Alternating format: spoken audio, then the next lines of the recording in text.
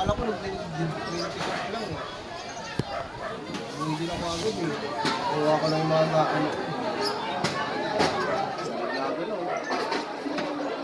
Asa na? Tagal na bumbero. Wala pa nga. Naku po. Naku po. Ay, nakatuloy si Chuchay. Tutupukin talaga ng tutupukin yung taas dyan. Naglalaglagan mo. Gahan nyo na!